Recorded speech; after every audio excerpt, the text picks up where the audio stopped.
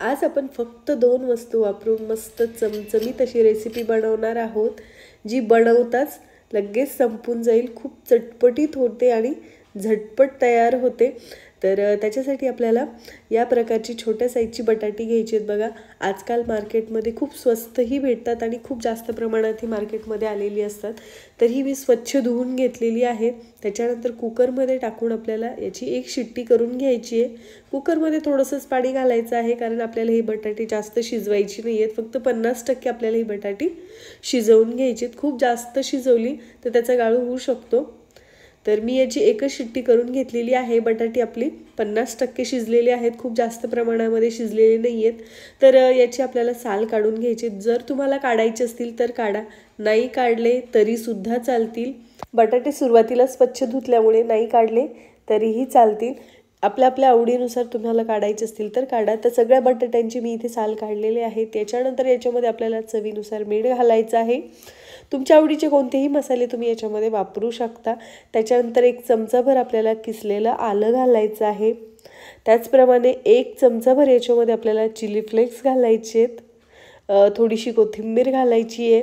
त्याचप्रमाणे याच्यामध्ये आपल्याला 1 चमचाभर गरम मसाला पावडर घालायची आहे. थोडीशी हळद घालायची आहे आणि अर्धा चमचा याच्यामध्ये आपल्याला लाल मिर्च पावडर टाकायची आहे. अर्धा चमच्यापेक्षाही कमी प्रमाण मी टाकलेलं आहे, त्याच्यामुळे मुलंसुद्धा आवडीने खातील.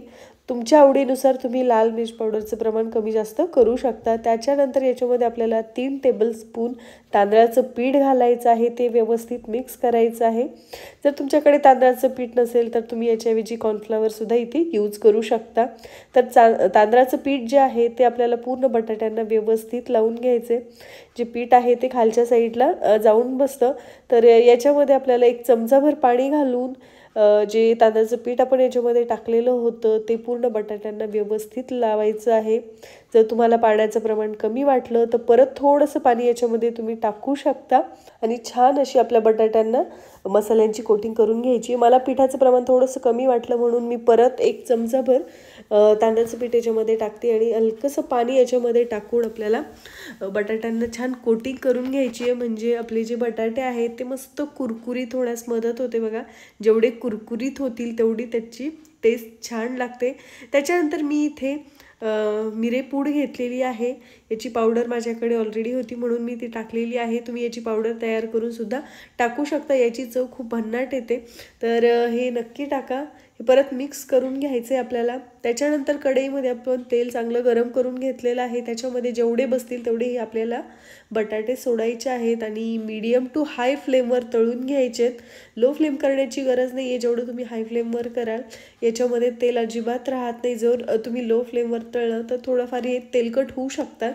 त्याच्यासाठी आपल्याला मीडियम टू हाय फ्लेमवरच हे तळायचे आहेत, कारण बटाटे अगोदरच आपले शिजलेले होते. त्याच्यामुळे ते जास्त वेळ शिजवण्याची गरज नाही आहे. फार पटकन शिजतात.